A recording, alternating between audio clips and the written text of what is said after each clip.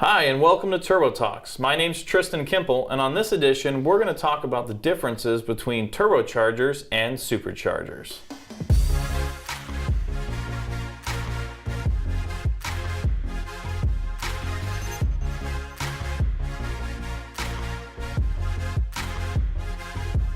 So as many of you guys know, there's obviously a couple different ways to force air into your motor, also known as forced induction.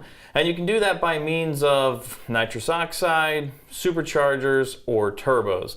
Now today we're primarily going to focus on turbochargers and superchargers because a lot of guys put those in kind of the same category.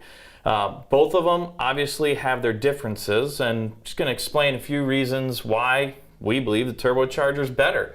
So we're going to look at a supercharger, for instance. Now, you can do your typical root style, screw, centrifugal. There's different types of superchargers out there, but they're all going to have one main point. They're going to run off of the engine itself. So whether that is a belt drive or a gear drive setup, the engine has to turn that blower in order to make positive pressure.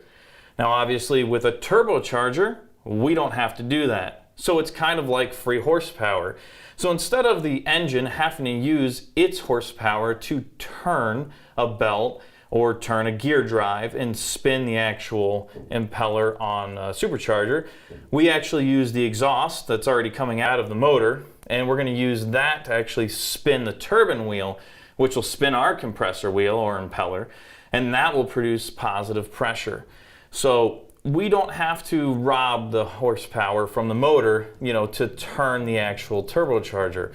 It's a major difference between the two. One of the other things that a lot of people want to usually talk about is how the supercharger itself, well, it's got better low-end response or it's got a better mid-range. And it's actually not quite true. Now, if you were to properly size the turbo, you could definitely get low-end response.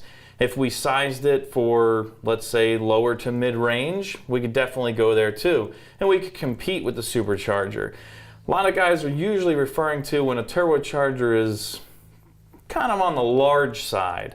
And we end up with turbo lag. So we don't get that initial hit of power like a supercharger does. But the turbocharger definitely carries that power through long after the supercharger has gave way. So one other major difference there also being that, we usually use oil, in our case, as a cooling medium. Our oil is shared with the engine, so when you change the engine's oil, you're effectively changing the oil in the turbo, if you will. Superchargers, a lot of times, are self-contained units. You have to change the oil separately. A lot of times you have to use special oil, separately for those. Turbocharger system, you don't. You're simply supplying oil and returning it back from the engine to the turbo in that cycle. So, biggest things, obviously, supercharger. Got to run a belt or a gear drive. It's going to take horsepower to make horsepower. Turbocharger, we use exhaust. It's already there, it's free, we got plenty of it, so let's make some power. So that about wraps it up for this edition of Turbo Talks. We hope you tune in next time, and don't forget to like and subscribe and see what we have in the future. I'm Tristan. Have a good one.